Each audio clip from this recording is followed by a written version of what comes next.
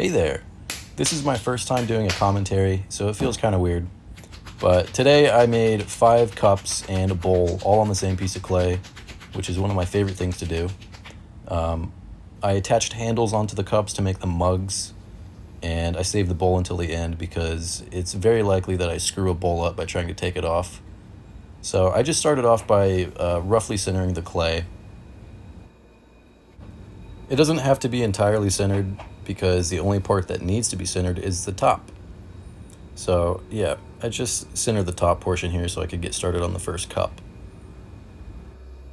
So I just cone up and down a few times, just getting it nice and centered as it should be so that things move smoothly. And this clay is really easy to center as well. It's like trying to mold butter.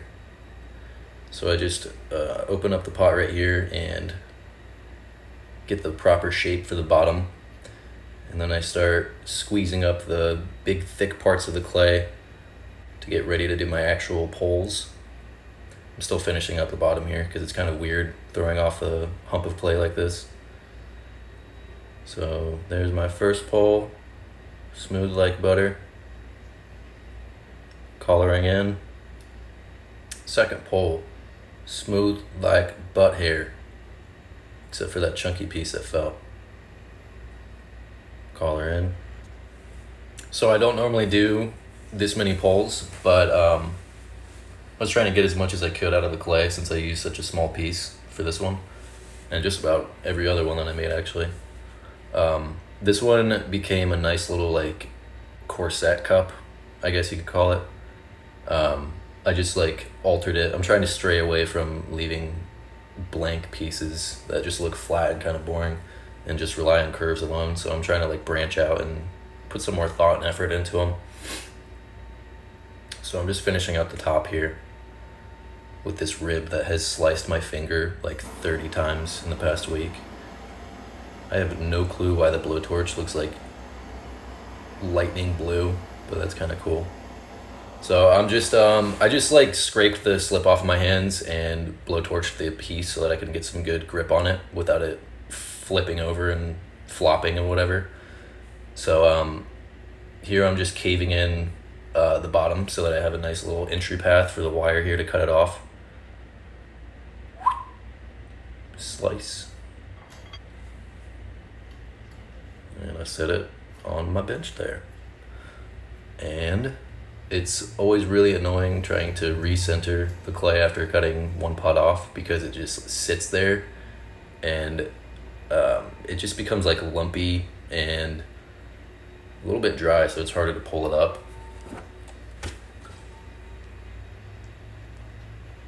But this one's going to become another mug. All of these were either textured or altered in some way after they were dry enough. I wet trimmed them so that the handles had a little more luck staying on because I have not been a master at that yet. I usually just made vases and smoke fired them, so I never had to deal with any handles or anything. So just trying to learn a new process to me, and I'm starting to get the hang of it. So here I'm pulling up again, which is one of the most stressful but simultaneously relaxing parts of the process.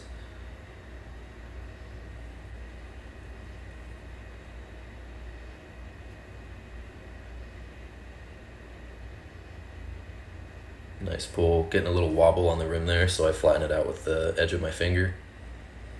Here I'm just shaping it a little bit with the metal rib of death.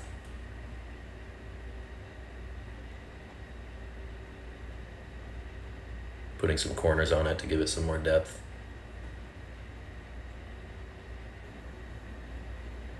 Cutting off that wobble finally. And again, that wobble is from the lack of wedging.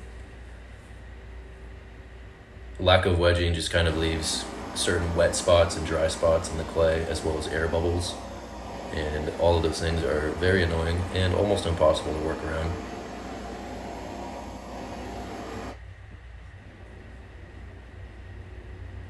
Again, just making a little notch to put the wire in so that I can cut the pot off and put it on the work table.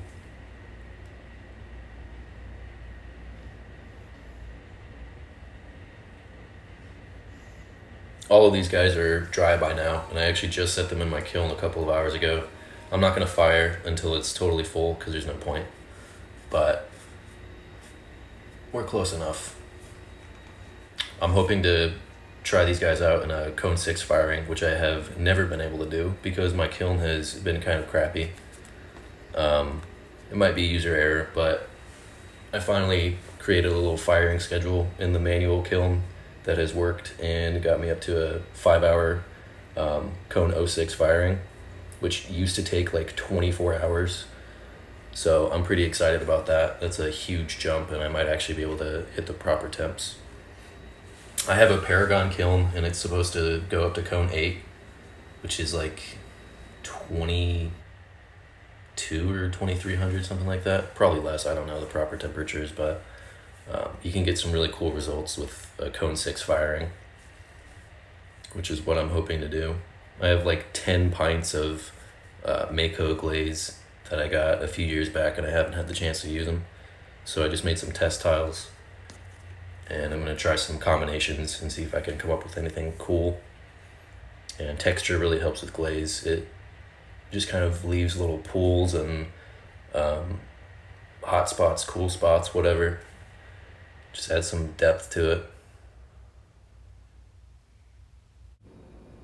All right, so there's only so much you can say about making 5 cups in a row before you start repeating yourself and being more boring than necessary. So just enjoy the ambient noise for the 5 people who are watching, and I will disappear up until I start making the bowl. Bye-bye.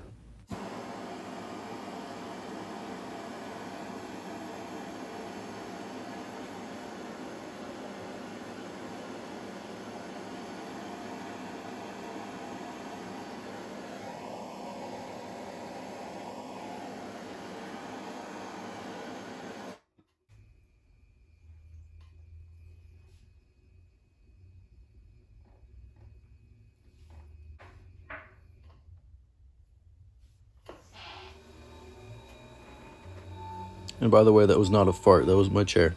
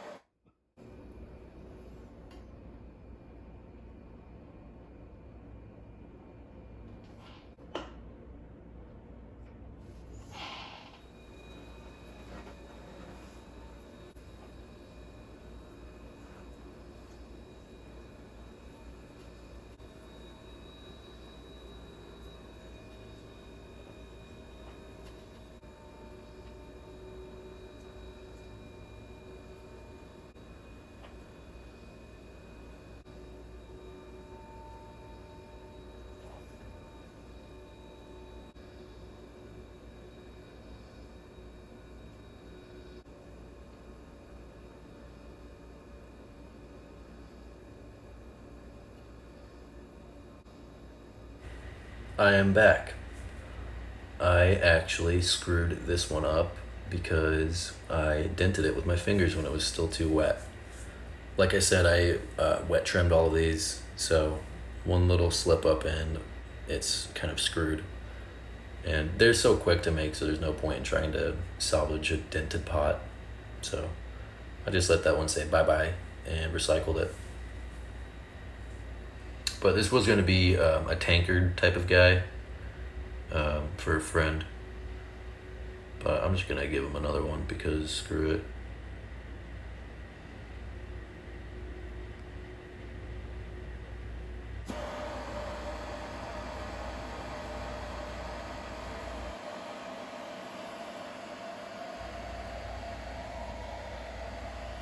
This tank of propane on this burner finally crapped out after like a year, which I am grateful for because every single time that I would tap it the wrong way, the whole setup would just fall over and it was really annoying. I've probably dropped it like 100 times. So this new tank that I have is actually flat and not rounded, so that's a blessing. Here I think I'm finally starting to make the bowl.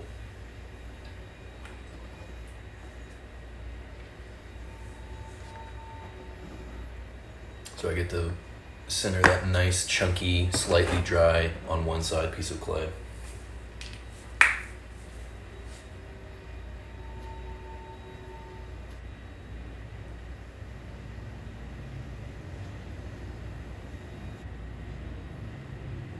I've never actually learned how to properly make a bowl, so I kind of just do my own thing with it. I just kind of pull up and out and then shape it, and that's all I really do. They're pretty easy for me to make. They're just kind of boring, so I don't make too many. And they take up a lot of space in a kiln if you're doing it glaze firing. So yeah, they're just not very efficient in terms of space, but they can look pretty cool. They're also really easy to glaze, so that's a plus side.